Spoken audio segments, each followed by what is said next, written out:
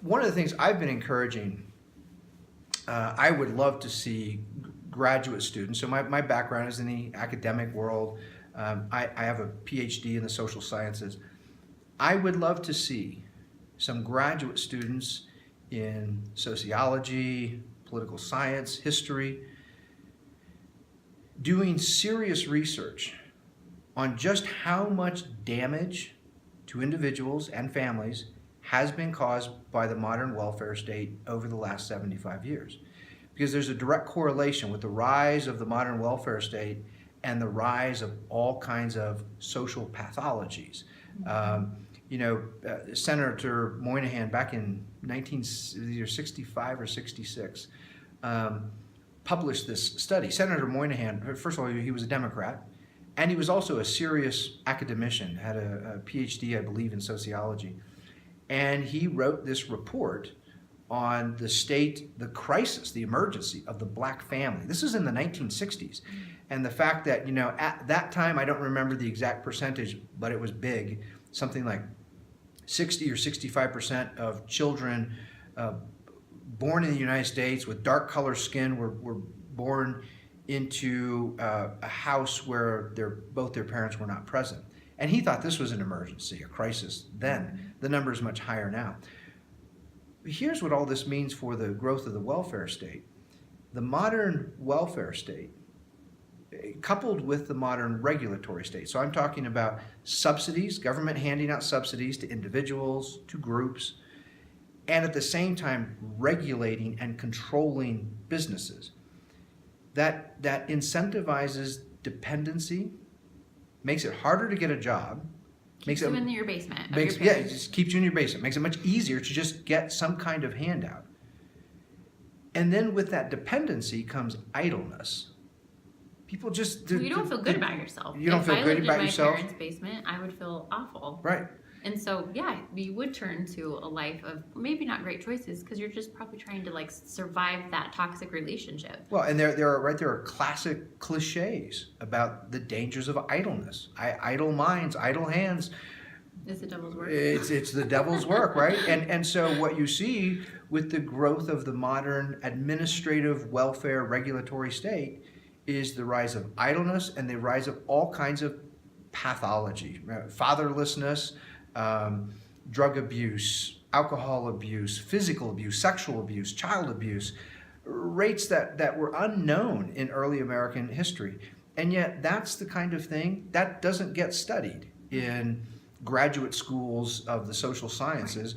What they are doing is they're cranking out people with master's degrees and PhDs who become advocates for more of those government programs and regulations. So if you wanted to end that dependency and you wanted to really make it better for those groups of people, would you continue with that program or would you stop it? Right. Or at least start to scale it back, right? Yeah, would you continue the toxic relationship? Right. Would you say, living in your parents is actually really healthy for you?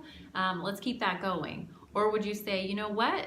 This isn't a good environment for you. What can we do so you can feel like you're in charge of your own life? Right. So you are there, you're present, and you're a productive citizen, because that's really what's going to make it better for you.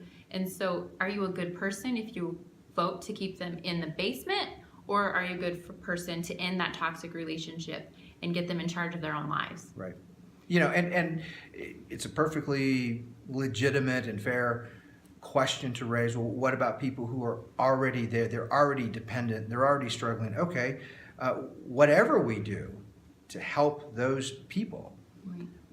Certainly we shouldn't be, however that person or that group got into that situation, we don't want to continue that. Yeah, we don't want a new generation entering that. Yeah, relationship. absolutely. And I think too, okay, how would I raise my kids? How do I have them become productive citizens?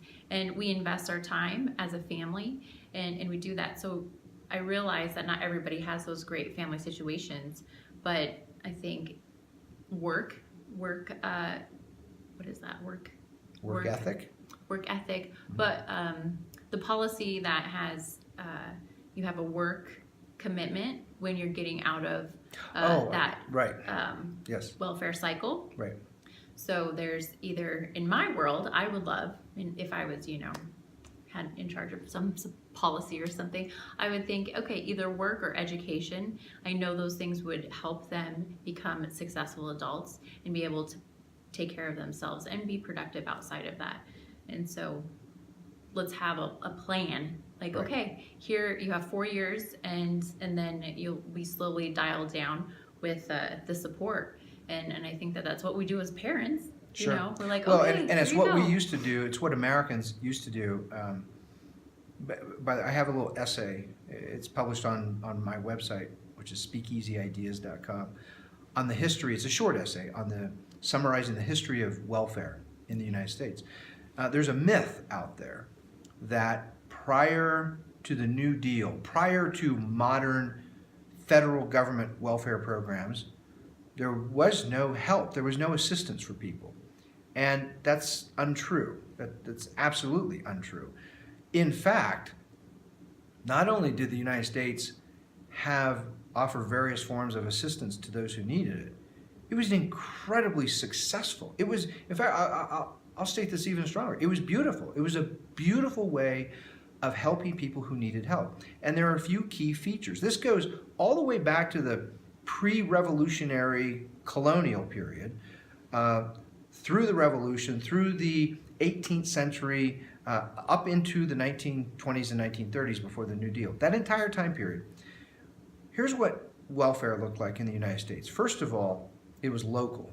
And that one feature is enormously important because people in a neighborhood or a community, they are able to distinguish those who are truly in need, someone whose house just got hit by lightning, or one of the parents is suffering with some terrible disease, or it's something, a really serious problem, versus someone who's just lazy, someone who's just looking for a handout. People in a neighborhood or a community can make that distinction because they're right there. They know what's going on. Bureaucrats 3,000 miles away, they don't know what's actually going on in a community. So first of all... Well, and they don't have the flexibility to meet the needs anyways. That's right. Absolutely. If you're right. there, you actually can see, okay, yeah, they Right. need this, they don't need that. Right. In the bureaucratic state, it'd be the house got struck by lightning, and then they would send a pool. Right. Exactly. That's They're exactly like, right. yay, They we don't did know. it. That's Pat right. yourself on the That's back. right. It'd be so great. So one of the features of traditional American assistance was local, not national, local. A big second feature was many communities distinguished, or in fact, I'm going to use a word in its proper sense that's become almost toxic, but it's a good word. They discriminated between able-bodied and disable-bodied people. Mm-hmm. So when someone was in great need, they were hungry, they didn't have a place to live, if they were able-bodied, the offer was, okay, we'll help you out, we'll provide you with a temporary place to live, we'll provide you with some food, but you're going to work. You're gonna work for that, unless you're physically unable, right? And people in communities took care of the truly disabled, and we're also talking about a tiny, right, small fraction of the population. So it was local. It discriminated between able-bodied and disable-bodied and expected work from able-bodied people. And very often it was voluntary, meaning someone from the community would say, hey, they can use my barn, or they can sleep in my extra room while they get themselves... It wasn't forced. It wasn't I'm forced. Not forcing to say you have to give away your production, you have to open up your home, you have to do all this stuff. It's you're doing it from your own self. You're choosing. And the results, again, were beautiful. Yeah. And that feels good when you choose. Sure. Well, on both ends, right? Because yeah. the person who's giving, the person who offers the extra room in a house or some food or medicine, whatever it is, you're right. It's a wonderful feeling to know that person was in need. It's a humane thing. It cultivates our humanity to give and help people. It also mattered for the recipient, because the recipient knew, number one, no one had to help, that someone chose, that creates a sense of gratitude, of appreciation. Yes. It makes it personal. Yes. There's a person who helped you. Rather than, right, when the federal government sends you a welfare check, suppose someone, a welfare recipient today, was appreciative. Suppose they were grateful and they wanted to somehow pay back. Mm-hmm. Who do they pay back? Right. Who do they even thank? And the answer is they don't know. When it's personal, you are able to thank someone. You can try to pay them back if you're in a situation to do that. Or at a minimum, you can try to get yourself back on your own feet so that you're in a position to help someone else in the future, right? That's another way to sort of pay it forward like that. That was the way welfare was done prior to the New Deal. And it was effective. There were not... the phenomenon of homelessness throughout the 19th century, early 20th century was virtually unknown. I mean, the cases were very rare. There's probably other things going on in those cases. Mm-hmm. Homelessness starts to skyrocket with the growth of the modern welfare state. And this is one of these areas where I would argue there was no problem. There was a network, a system in place, a cultural habits of people. Right. They weren't letting their family members and their neighbors starve or die in the street. And the federal government came along and said, hey, we're going to professionalize this. We got to have, we're going to uniform policies across the United States. We're going to take over helping people with assistance. And that's how we get the modern welfare state. And I would argue it's far less effective. It's far less humane. As you just pointed out, it very often doesn't actually supply the things that people in need, really do what they need. Yeah, absolutely. And it is filled with perverse incentives. Welfare, when it is managed and distributed by the national government, can become a way of life. It can, and we've seen there's all kinds of literature, social science studies on multi-generation welfare families. This becomes a way of life. Mm-hmm. Under the old system, when it's your neighbor who's helping you, it was impossible to turn that into a way of life. Your neighbor, who's your friend, isn't going to allow you to turn that into a way of life. And you wouldn't want to do that to someone else. Absolutely not. I think it really humanizes it. Mm-hmm. And when some artificial intelligence is just giving you this just bare minimum, though, I don't think people realize they're just getting just by. And so this artificial intelligence is giving you just a little bit, just enough to stay in your parents' basement and have this really toxic relationship with them. Yeah. That's not the version of good. You don't get to have this morally, I'm the good person in this scenario. That's not good. Right. The good thing to do if you're wanting a good society is to take it upon yourself. Mm-hmm. And not force everyone else to give to this crazy artificial intelligence that's going to delegate it.